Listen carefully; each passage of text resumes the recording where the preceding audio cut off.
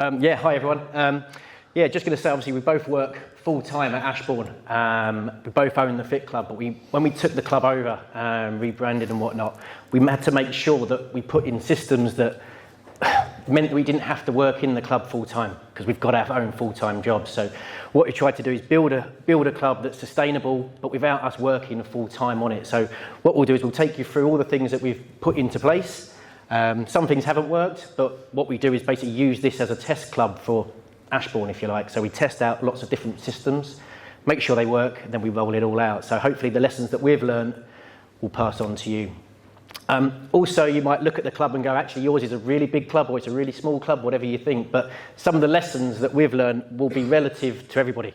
You know, you might go, actually, we've had that problem, but on a bigger scale, on a smaller scale. So hopefully you can relate to everything that we're bringing in today. Absolutely. And so before we go into that, we're going to set the scene a little bit about the facility that we're talking about. So the gym's located in a town called Redditch, just outside Birmingham. Population of about 100,000, yes, Rob's hometown. They've got a statue of him and everything there. And the facility itself, it's a large facility, as Grant touched on. It's 20,000 square foot. It's a city centre location. It consists of a large gym floor, 3 classrooms, that's a spin studio, a HIIT studio, and a regular classroom. And then we've also got large changing rooms, a sauna room, and that kind of makes up the main elements of the gym. In terms of our model, we class ourselves as a premium budget operator, which is something that I did make up. But it kind of puts ourselves, we put ourselves a little bit above the budget operators. We have we have a high footfall and a busy gym, but with a few little extras. You know, we have the sauna, we have the cardio equipment with the screens on, and then when every new member signs up, we give them a logbook with a program and things like that.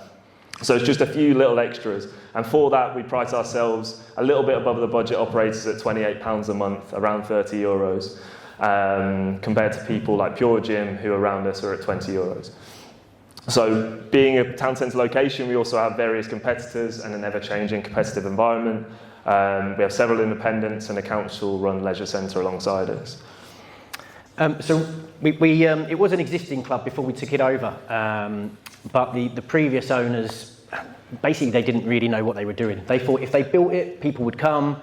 They put in a 24-hour unmanned facility, but things were breaking, things like that. But they weren't really set up the business. They thought they'd build a gym and let it run, but it racked up loads of debts and everything like that. So that's why they walked away, left the building, and that's how I took it over. So what we'll do is we'll take you through the steps of what we did, taking it over, and how we improved it. Yeah, exactly. So as Grant touched on then, it was a gym for a long time before we got there, for 20 years. And it had failed with various owners for a variety of reasons. It had flooded, it had been mismanaged, and ultimately it wasn't a success. By the time we got there in 2019, the old owners had deserted it. It was making a consistent loss. The bailiffs were knocking on the door. We had a long line of creditors as they'd refinanced all of the equipment. They'd basically got really desperate towards the end and cut a lot of corners and really stripped the assets from the club.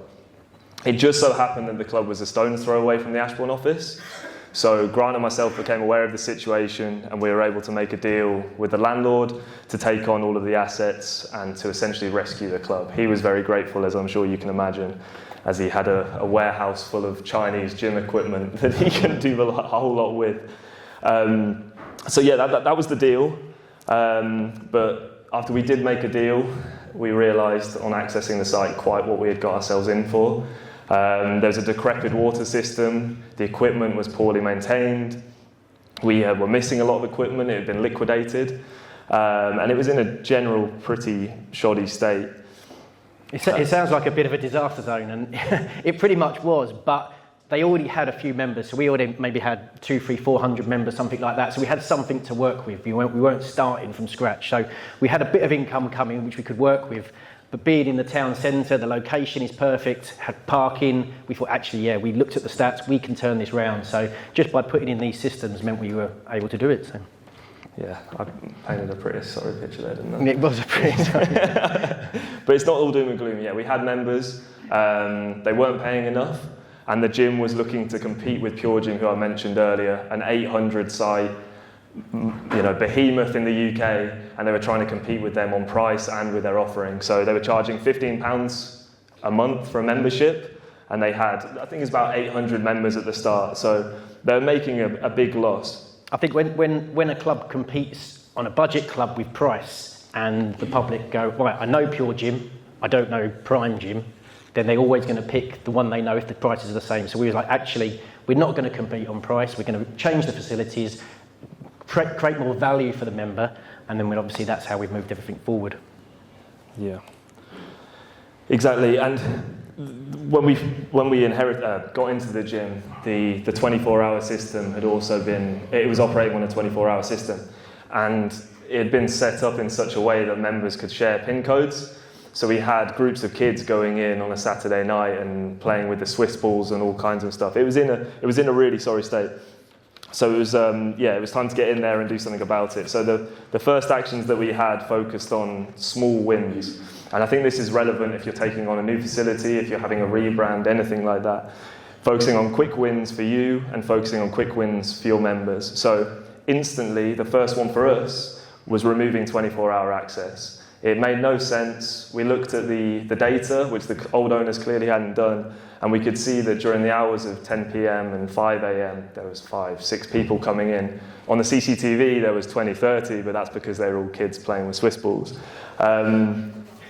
In terms of quick wins for the members, new kit. Everyone loves new kit. That was the route we went down, and I have to say, I think you'd agree, the initial kit that we bought was probably not the best. We went down the Chinese route, and the guys at Balanced Leisure should close their ears now, but yeah, we don't have a lot of it anymore. But it did get us out of a bind, and it did create a bit of a buzz around the club and create a bit of enthusiasm amongst the members and show that we could be trusted as new owners. We also renegotiated the lease. I think the old owners were so keen to get that unit, they basically agreed to anything. And it wasn't sustainable. You know, they were paying 100 odd grand a year from day one before they'd even had any members. So we renegotiated our lease. So obviously, if you get to a situation where actually you've got a chance to do that, what's the landlord of the building going to do if you leave? It'll probably be empty. So they really wanted to work with us to get a good lease, to get some income, and keep a sustainable business in there. Yeah, definitely. And I mentioned earlier about the classes being stripped back.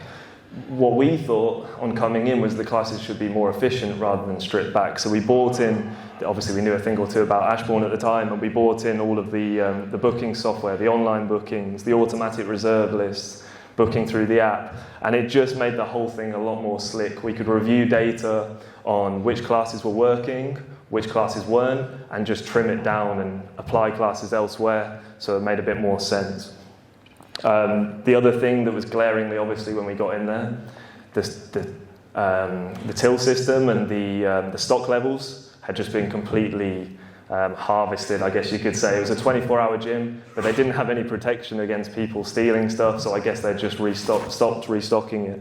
And that's something we changed overnight. We bought in a till system, we bought in a stock management solution, and we did it properly. We had full shelves, and instantly that was a new revenue stream for us.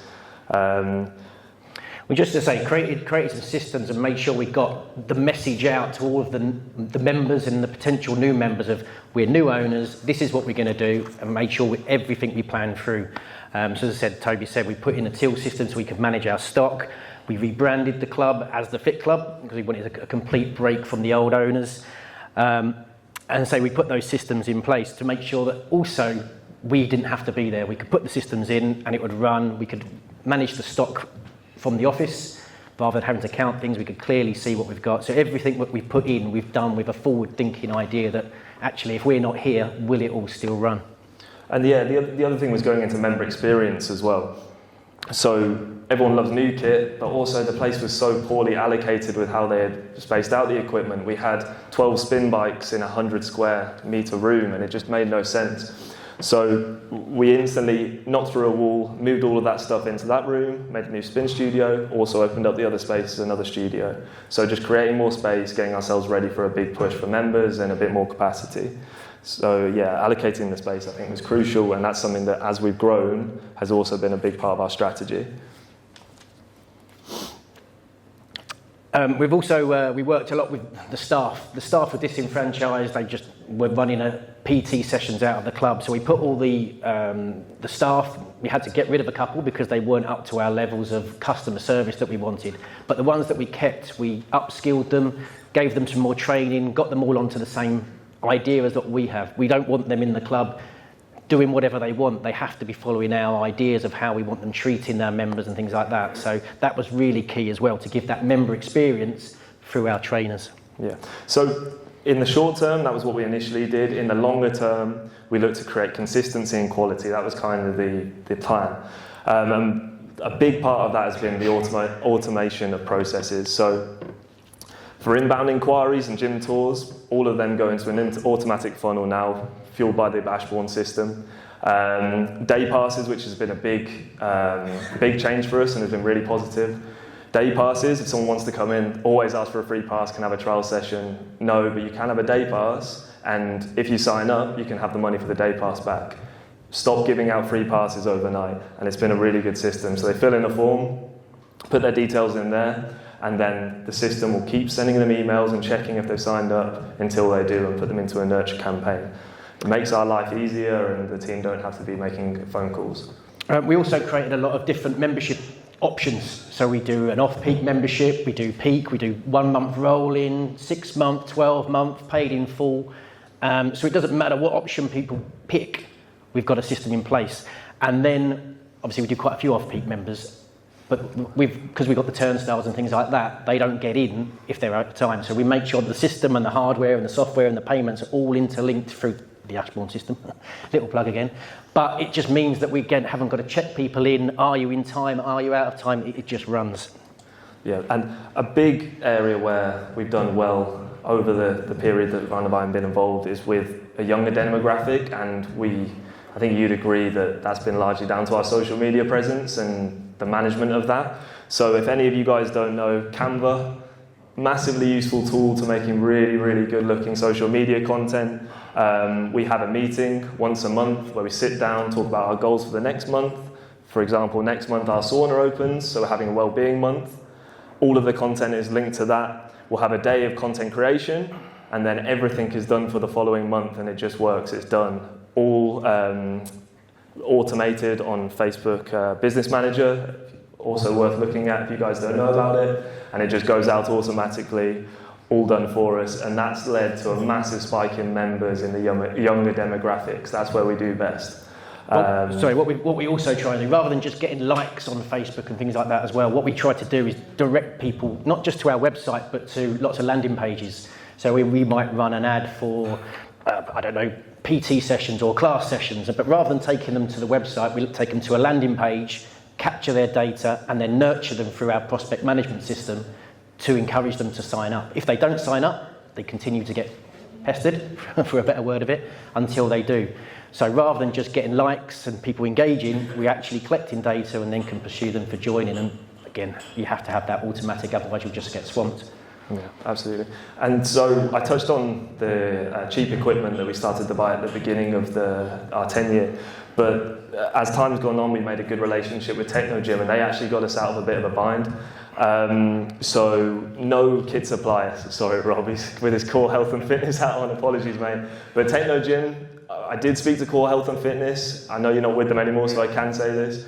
And I spoke to a number of suppliers. No one would touch us with a 10-foot pole when it came to finance. We wanted to replace our entire range of cardio with some decent stuff. No one would touch us. Techno Gym, which was quite surprising to me because they're a great supplier, they worked with us. And since then, we've had 3 finance agreements strategically placed with them. And we bought in some really, really great kit. And the reaction to our cardio kit, which was December 21, was like 400 members in a month.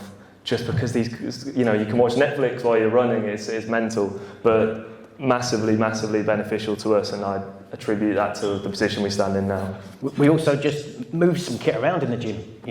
What people say, a change is as good as a holiday. So just by moving the leg raise machine or whatever it's called. Shannon's the trainer, she knows all the machines. That one looks good.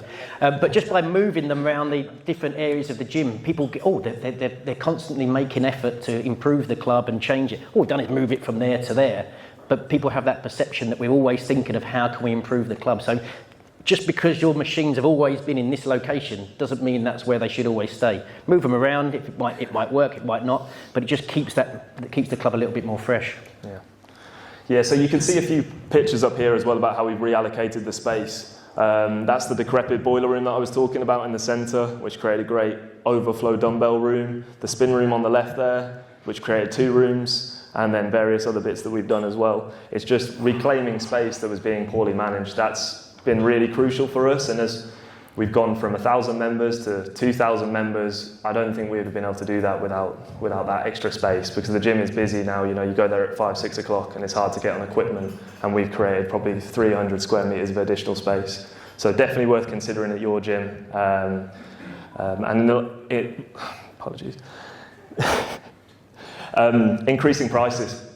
So for the first time this year, we increased prices for our existing members, which we were a little bit daunted by. And I'm not going to lie to you, we timed it really, really poorly. We timed it a month before Pure Gym opened a brand new site down the road from us.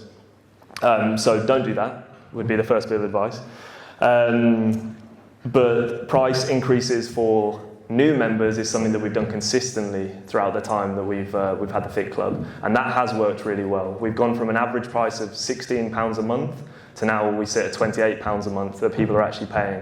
The churn rate is so high for us, despite our best efforts, that new members are leaving all the time, re-signing up. So that's a really good way of not upsetting those really loyal members, and bringing them new revenue in. Yeah, the people that pay, we also, because with the relationship we built during COVID, we had quite a lot of members that paid all the way through because they wanted to support us. They could see the effort that we were doing. So we've sort of maintained their prices as a thank you for supporting us during the bad times of when we were all closed. But then we looked at increasing the price of those new existing members. But as I say, you've got to work that balance out of, is it worth an increase compared to how many you'll lose and things like that. So it's just running the numbers really. Definitely. And with Pure Gym opening this new site down the road, differentiating ourselves from the competition has been the new buzzword for us. So we're always looking for things that Pure Gym will never do. And it is really Pure Gym and the Council Leisure Centre that we look at with these things. So things as simple as bringing in steel dumbbells, a little gimmick, doesn't really mean anything. They look good on Instagram, social media, and the members love using them. Pure Gym are never going to do it. They have their own agreements with various kit suppliers. The sauna. Not the most accessible, but a massive amount of members never use the sauna, but join because of the sauna. And then, the variation of our classes as well. We've just brought in, obviously we've got the Les Mills range, but also things like Zumba, Pound, which is a drumstick orientated workout. But we started it 2 weeks ago and it's at 18 members consistently, which is capacity in that classroom. So I think that's a really good way to differentiate yourself. We also have on demand, obviously, all in our studio. So we have our iPad connected to our giant screen. So yes, we have live classes at certain times, but through our app, we've got a lot of on demand stuff. So people can go into the studio, do a HIIT class whenever they like. They can be free of their mates, and so the studio is constantly being used all the time. Otherwise, it's just wasted space. So we have that, and it's that member experience, trying to create more value for the member. So we have all that in the app for our members that are paying as well. So the gym today, it's been something of a turnaround. So when we first came in, the monthly revenue was 15k, and now we sit at 63,000. So that includes going from 0 to 13,000 a month in secondary spend alone. And then obviously growing the gym from 400 members to 2,200 as it sits at today. Well, as it sitted at 2 months ago before Pure Gym opened, but we won't talk about that. So yeah, in a really good position, as you can see. There's a few nice pictures up there. And I guess that leads us into what the future holds. I think it just goes to show that price is almost irrelevant for the members. We've tripled the price and doubled the membership, where the owner before was dropping the price and seeing their membership half and half and half. So we've gone completely opposite. Don't compete on price, create more value, and you can see the numbers there for themselves. They're just going up and up and up. And I think that's worth saying, actually. We use the Pure Gym example, and I know you have your own budget competition over here, but that is the most common question we get from Ashbourne customers is, I've got a Pure Gym opening down the road, I've got a Pure Gym relocating, what the hell do I do? focus on what you do differently. Focus on the fact you can talk to your members. I went to a Pure Gym the other day to check it out. There's no one there. There was no one there. It was midday. It was rammed, and there was no one there to talk to look after you. And then you also couldn't get on any pieces of equipment. So they're by no means a scary thing necessarily. We've also added, as you can see there, secondary spend. We've increased that from 0 to 13 grand a month. And that's based on like protein shakes, pre-workouts, and things like that. Places like Pure Gym, they don't have a reception, don't have a staff that will make that. Our guys are constantly talking to the members about the benefits of having a pre-workout, a protein shake at the end of it. So we're selling more and more and more, and that number is literally growing month on month on month, purely because now the word is getting around that we're helping the people. So yes, we've got 50 grand a month in membership sales, but an extra 13, next month 14, 15, and so on and so on. So it's just that constant getting more money out of all your members. So yeah, in terms of the future and our plans going forward, we've got to the position now where we're pretty saturated in terms of our membership. So we're looking at new ways that we can, bring in revenue. So we've actually got just started a personal training course. The guys from Wellbeing Fitness are our supplier. That's already bringing in new revenue for us. So you're selling a PT course at 1,500 quid, and there's 10 people on each course. We do 3 courses a year. So that's a potential, great source for us. We also then get to pick the best of those PT people that are doing the courses to then come and work for us. We're not just going out to the market and going, right, we need a personal trainer, who wants it? We've actually got 5 or 6 on each course that are being trained in our club on our machines. We can then cherry pick the best ones and invite them to come and work for us. And then obviously we come and bring them into our system and show them what we want, but they're there ready for us, and every few months we do another course, more trainers, more income. It just works through. Definitely. The big part of the Fit Club and the appeal to us initially was the ability to test Ashbourne products in the gym itself. Something that has caused some arguments across the time. We test products that don't necessarily work, they cause us problems. But what it does mean that for you guys, if you have ideas, they'll be tested in our gym before they make their way to you, in the hope that they're not going to cause you issues and things like that. So that's a big part of what the future holds for us, is testing these products, is making them as good as possible, and then passing them on to you guys. I think that is a massive thing. Yes, the gym is a great business for us, but it works so well for us with Ashbourne because we know all the problems that every club owner is facing and how we can overcome it, things that we can't overcome and what we need to do.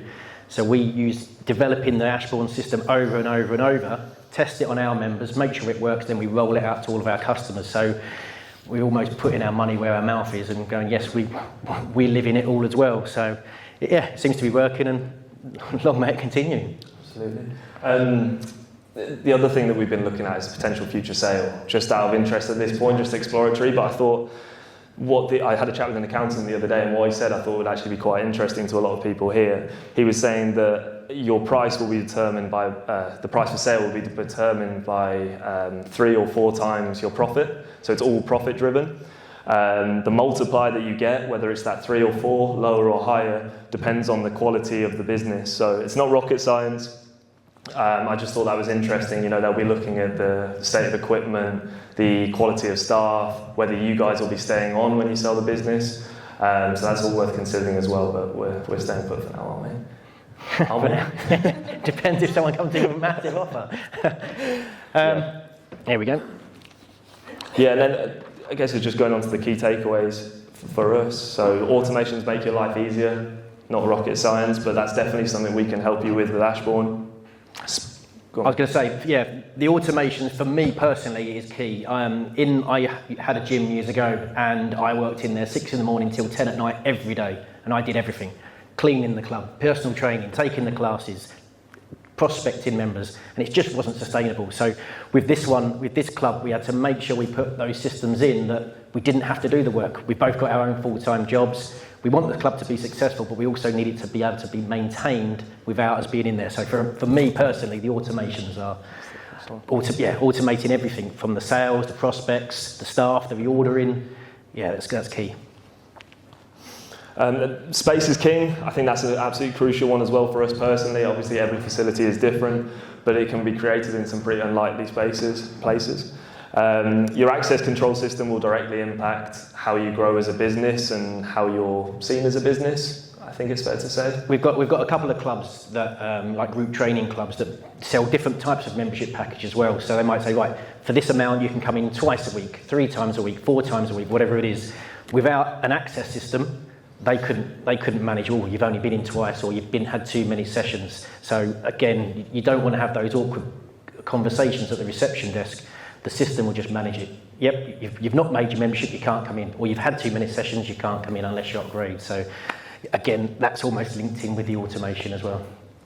Yeah, definitely. And then the final thing is just social media. Obviously, I don't need to tell you that social media is a good thing, but we found that an ordered approach, consistency, has led to a real solid growth and engagement, and that's had a direct impact on our membership. So I'd highly recommend looking into Canva and a real plan for how you take your social media pages forward. But yeah, that's about it, I think. So does anyone have any questions? With regards to the personal trainers, what kind of system would you use for them? Would it be like they pay rent, or they do certain hours, or how would the personal trainers kind of system work? So personally at the Fit Club, we have the personal trainers pay rent. When they start out, we push them towards classes to kind of soften that blow. We'll also do a rent-free period. But it really depends on your club. I know that Virgin Active have everyone employed and pay personal trainers depending on their experience. So you'll have like a master trainer, you'll have a junior trainer, and then how much you get paid per session depends on that. And the beauty with that is you can manage how the personal training sessions are delivered. So they can be using the Ashbourne app, everyone can be using it, you can see how each member's getting on. You can have a bit more control over it. I think if we were starting again, that's what we'd do. But because we inherited the personal trainers paying the rent, they all just operate as self-employed PTs in the gym. I think because they pay a rent, it's very simple. You know, we're not at the club, so we've got about 6 or 7 PTs, pay £100 odd a week. What they get is what they get. So they're incentivized to get as many clients as they can, because the more they earn, the more they keep. Our life is very, very simple. Our members are getting trained, they're getting retained, so they're doing our work for us. But as I say, it keeps it nice and simple.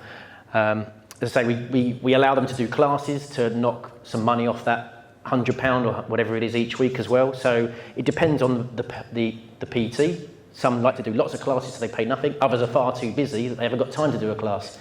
So we vary it, but because we're not there, we keep everything as simple as possible. Yeah. Got it, you go. Doing a great job.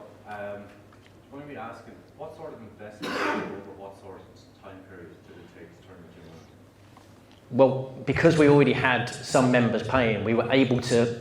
We renegotiated the lease. So we said, right, because we need to get this business back on track, we need a rent-free period. We cannot do it if you're going to suddenly charge us this amount of rent, because we'll just be in the same situation. We want to be in this for the long term.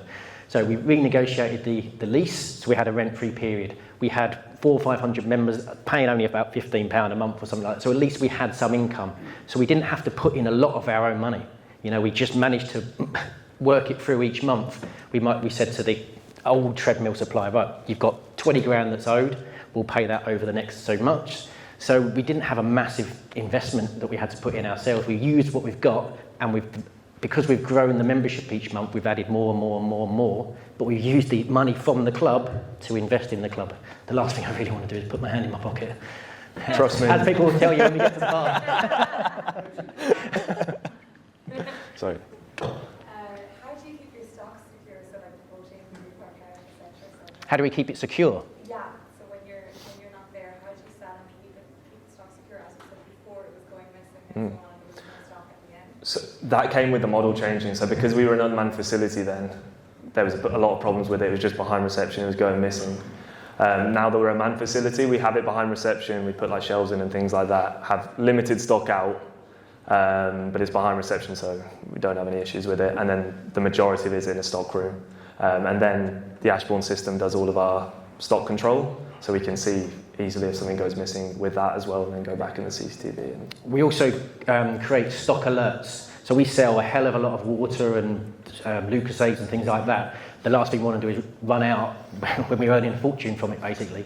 So what we have is we create a stock alert. So when water gets to 50 bottles, the system creates an alert that that needs to be reordered. So we're always on top of the reordering rather than having to wait, go and count. We can literally go into the numbers, see what we need, and make sure we have it all in place. Right, I think, what, last one? How long do you actually spend in the gym personally yourselves? Not a great deal, to be honest. I say we have a manager in the club, but he's not focusing on any admin or anything like that because the direct debits, the software and everything like that, the dashboard runs all the stats. So, yeah, maybe I probably go in and train, I'll say 4 times a week, but I think I don't quite train as many times as that. But yeah, I'm probably in 3 or 4 times a week. I know Toby goes in and has a meeting with the manager once a week as well. So we're there, between us, we're probably there at least once a day, but we're not spending hours in there. You know, we'll go do our job at Ashbourne, go and train, spend an hour, and that's it. You know, we've set things up so that it just runs without. At the start, you spend a lot of money there. Yes. much. Yeah, absolutely, yeah. Well, when we took it over, it was 24-hour unmanned. We had to spend a few nights just making sure that actually the place wasn't going to get robbed to start off with. You know, people could turn up, open the back doors and nick all the kit. So, yeah, we spent a few long nights and days in there. It was like, COVID was actually a big turnaround time for us because the gym was in such a state, and obviously we had that downtime. Dare I say, it came at a good time in a way. So we did a lot of our work during COVID, and we were there a hell of a lot, probably that year. But since then, we got everything running in a nice way, and it kind of runs itself. Yeah, you do have to put some work in, but a bit of work at the start, and then obviously automate it. I think we've got time for one more.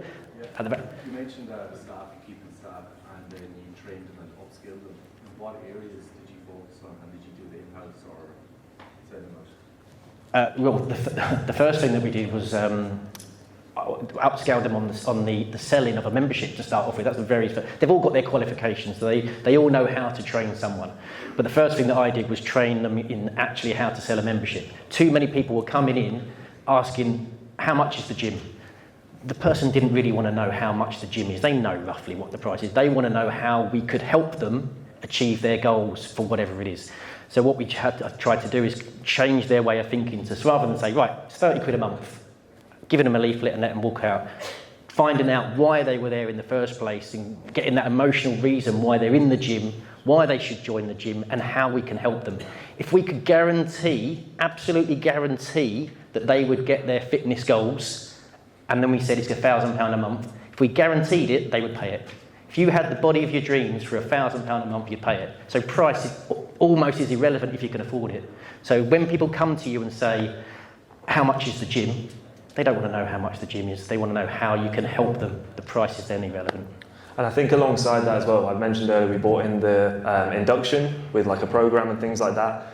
We trained everyone to deliver a standardized, to a certain degree, program so that we know every time it's quality. It's not someone that's being lazy on a given day designing a poor quality program. It's the same thing repeated over and over again. It's boring for us, really, and for them a little bit, but it means we maintain that quality, and I think that's really crucial as well. I think we're out of time, but so myself and Toby will be over on the Ashbourne stand. We'd love to show you how we've put our systems in and walk you through our member journey as well. So come over, come and chat to us. We'll show you the system, and go from there. Enjoy the rest of your day. Thanks, guys. Thank you.